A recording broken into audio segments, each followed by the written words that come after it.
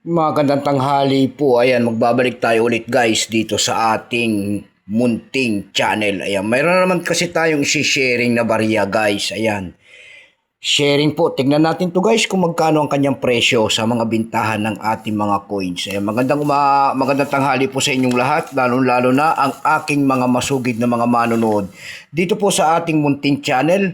Ayan, maraming salamat po sa inyong lahat, lalo-lalo na ang aking mga subscriber. Thank you so much sa inyong lahat. Mabuhay po kayo and God bless at magandang tanghali po. Ayan. Meron naman kasi tayong pag-uusapang barya. Yun naman po sana hindi pa po nakapag-subscribe dito sa ating munting channel. Anyayaan ko lang sana kayo.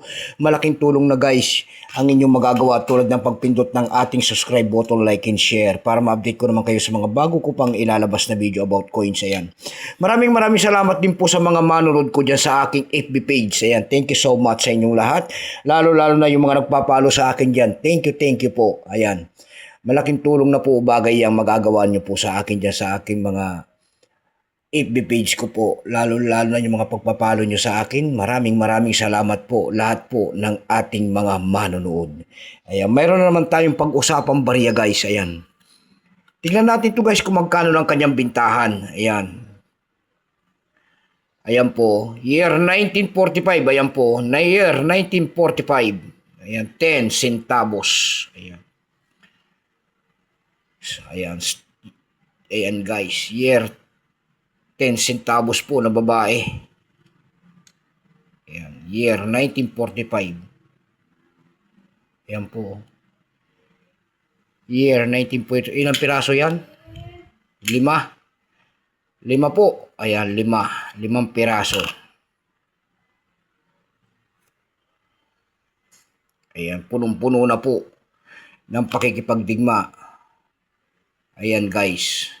Pero yan po ay silver coins. Ayan, kahit maliit po yan, silver coins. Ayan, year 1945. Nagsimula ang years nito guys mula year 1944 hanggang year 1937 pala hanggang year 1945.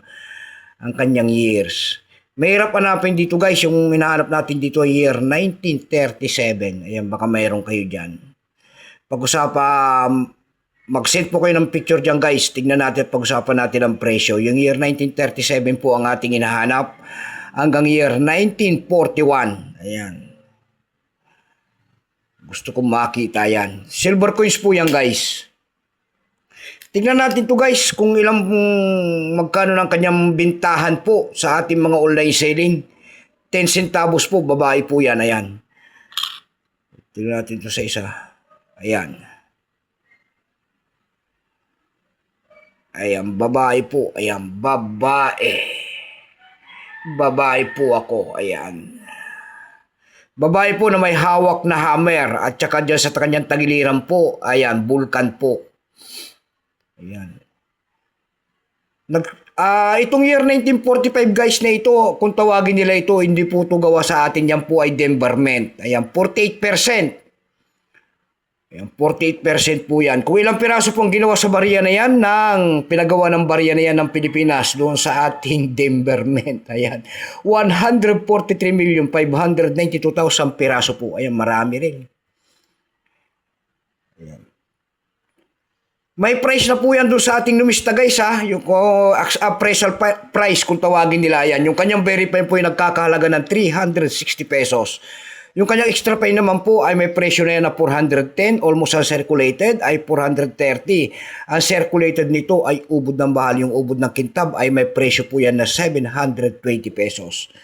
Dako tayo sa kanyang price doon sa ating ev.com. Ayan, tingin-tingin tayo ng kanyang presyo. Sa ev.com guys, meron tayo nakita nagbebenta nito guys ng $8. Nasundan po ng $6. Yung pinakamababa po ay $5.45. Dako naman tayo sa pangalawang website doon sa ating Carousel PH dito po sa Pilipinas. Sa Carousel PH guys, meron tayo nakita nagbebenta nito ng 180 pesos. Yung pinakamataas po ay 800. Nasundan po ito ng 250 pesos. Ayan lamang po ang aking may babaging kanyang presyo po sa inyong lahat. Ayan. At magandang tanghali po. Keep safe po and God bless.